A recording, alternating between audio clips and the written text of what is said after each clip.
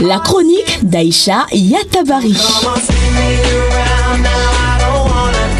Pour décortiquer les faits d'actualité sociaux liés aux droits des femmes et des enfants, santé, hygiène, paix, humanitaire, retrouvez-nous les lundis, mercredis et vendredis à 7h. Rediffusion à 18h. La chronique d'Aïcha Yatabari.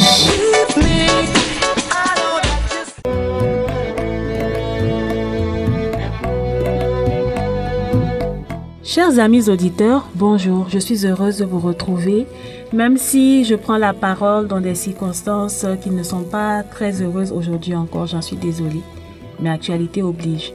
Ces temps-ci, je réfléchis beaucoup, peut-être parce que tous ceux qui montent dans les dinars que je prends aiment raconter leurs problèmes.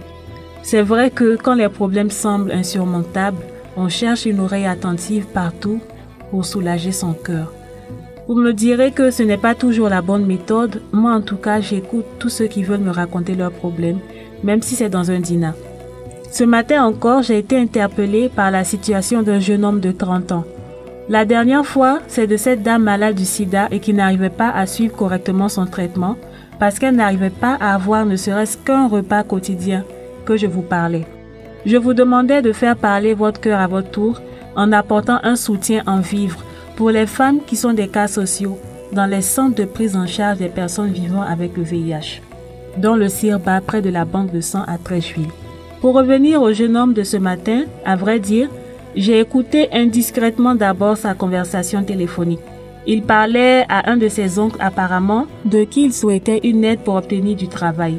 Ce dernier ne semblait pas lui dire ce qu'il voulait entendre. Dès que le jeune homme a raccroché, ses larmes ont commencé à couler. Nous faisions tous semblant de ne pas le voir car on était gênés. C'est alors que le chauffeur a capté Radio France Internationale. Le journal parlait de 500 migrants subsahariens qui avaient péri en mer en voulant regagner l'Europe. Le jeune homme dont les larmes coulaient toujours s'est alors exprimé à haute voix. Qu'est-ce qu'on va faire si on ne va pas en mer, sinon devenir brouteur? J'ai une maîtrise en droit, chômeur depuis 5 ans. Je vis chez mes parents.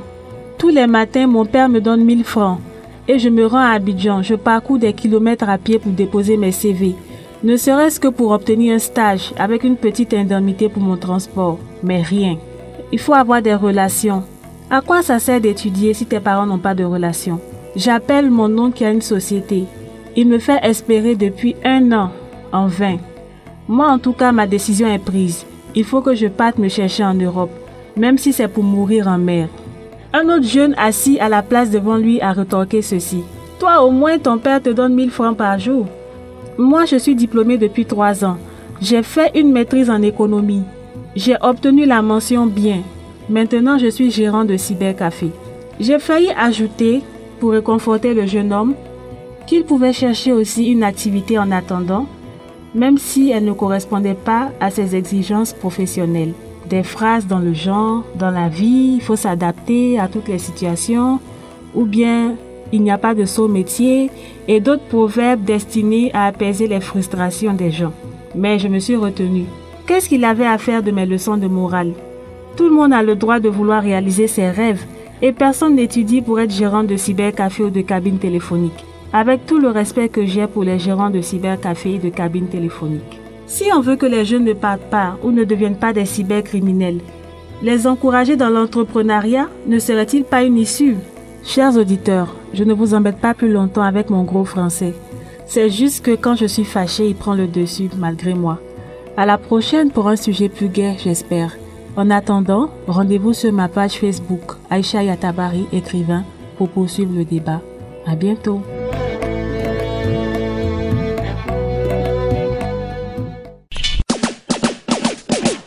La chronique d'Aïcha Yatabari.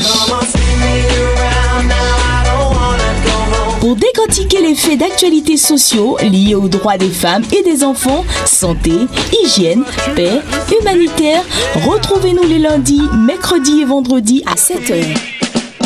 Rediffusion à 18h. La chronique d'Aïcha Yatabari.